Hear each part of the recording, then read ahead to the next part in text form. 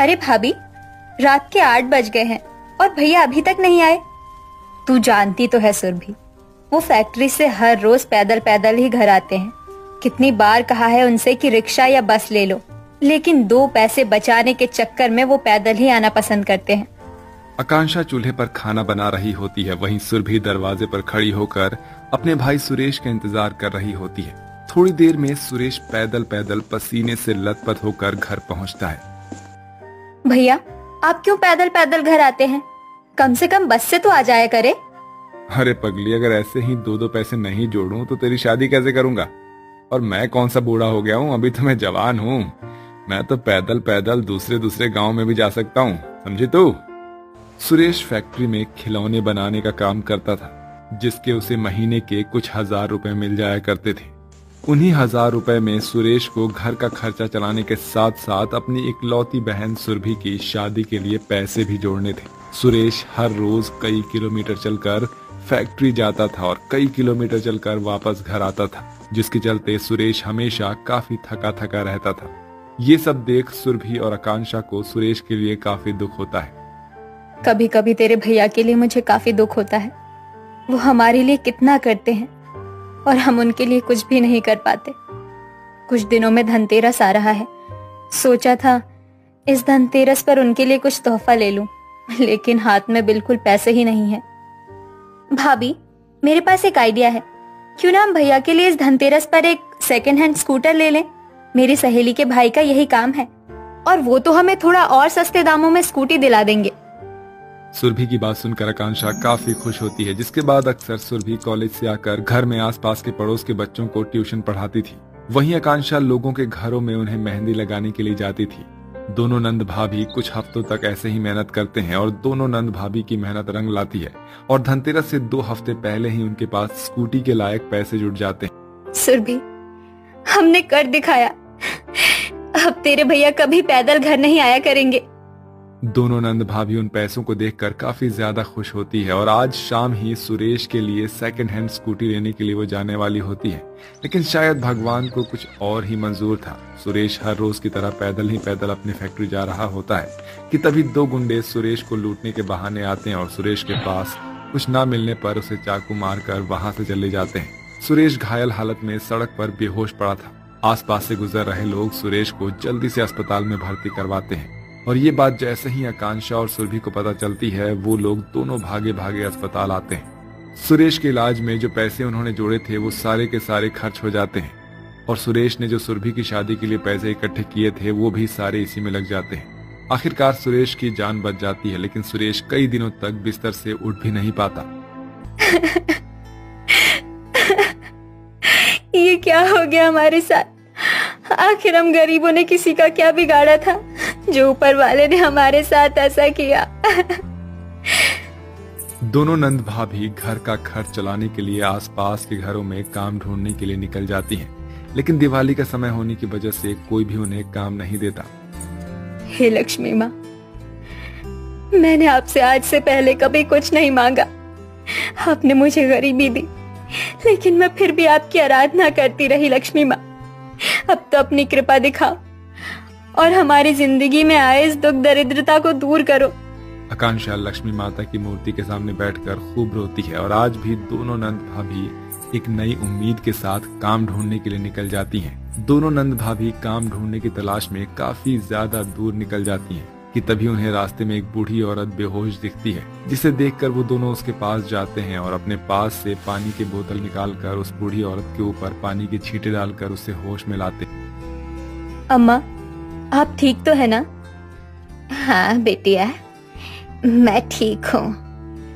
वो धूप बहुत ज्यादा थी ना, इसीलिए बेहोश हो गई।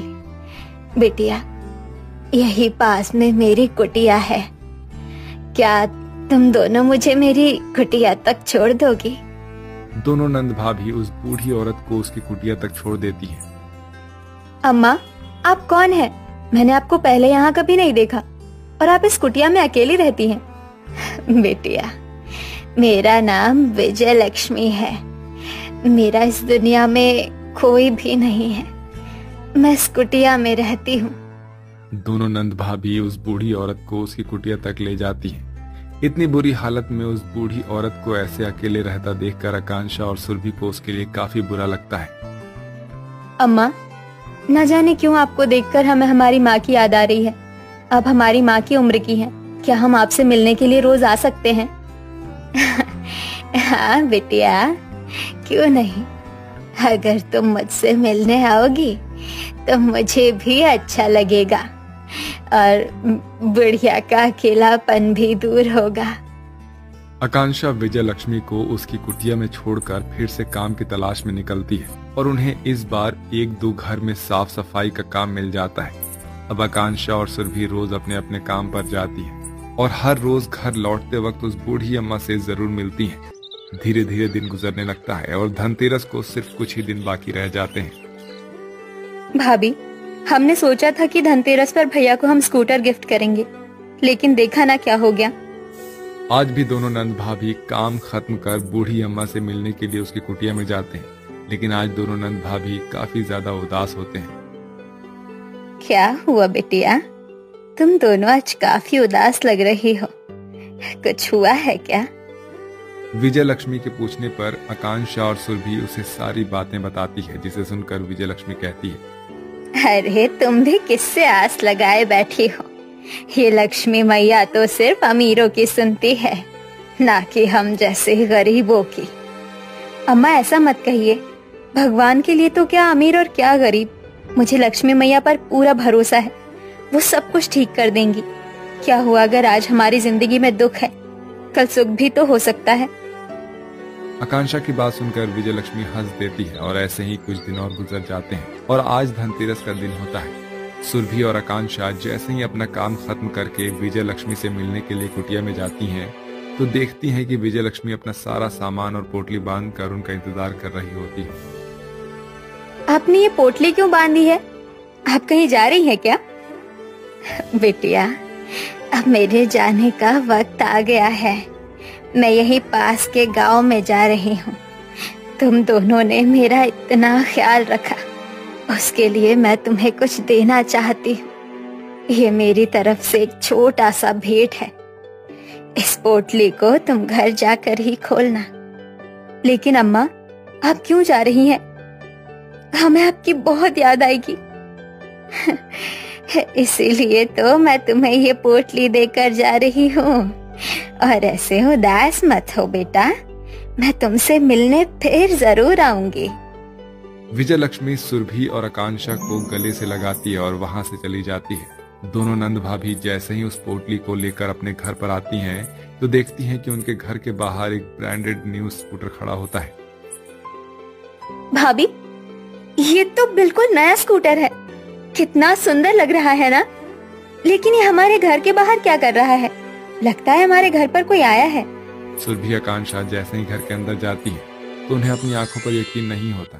सुरेश, जो पिछले कई दिनों से बिस्तर पर पड़ा हुआ था, वो अब खुद से चल फिर सकता था। अब वो बिल्कुल ठीक हो चुका था और अपने पैरों पर खड़ा था। सुरेश, आप ठीक हो गए? सुरेश जी, ये चमत्कार कैसे हुआ? मैं तो लेटा हुआ था, तभी मुझे ऐसा लगा कि मेरे सर पर हाथ फेरा किसी ने और अचानक से मेरे शरीर में जो दर्द हो रहा था वो अपने आप खत्म हो गया। मैं हिलने लगा और देखते ही देखते अपने पैरों पर खड़ा हो गया। सुरेश की बात सुनकर दोनों नंद भाभी काफी हैरान होती है कि तभी अचानक से सुरभि उस बूढ़ी औरत की दी हुई पोटली को खोलती है। उस पोटली को खोलते ही उसके अंदर से ढेर सारे सोने, चांदी और हीरे जवाहरात निकलते हैं, जिसे देखकर दोनों नंद भाभी काफी ज्यादा हैरान हो जाती हैं। ये सब क्या है? आकांक्षा को समझने में देरी नहीं लगती कि इतने दिन से वो जिस बूढ़ी औरत से मिल रही थी, जिनका ख्याल रख रही थी, वो बूढ़ी औरत कोई और नहीं बल्कि साक्षात देवी लक्ष्मी थी। हे माँ लक्ष्मी, तुम साक्षात हमारे सामने थी और हम तुम्हें पहचान नहीं पाए। लक्ष्मी मैया, आज तक बस सुना था कि भगवान किसी न किसी रूप में आकर हमारी मदद जरूर करते हैं, लेकिन आज देख भी लिया। इस धनतेरस पर पूरे परिवार को उनकी जिंदगी भर की खुशियां मिल जाती है। देखते ही देखते पूरे परिवार की जिंदगी बदल जाती है और अब धनतेरस के साथ साथ पूरा परिवार हंसी खुशी दिवाली भी मनाता है। साथ ही हमेशा जरूरतमंद लोगों की मदद भी करता है।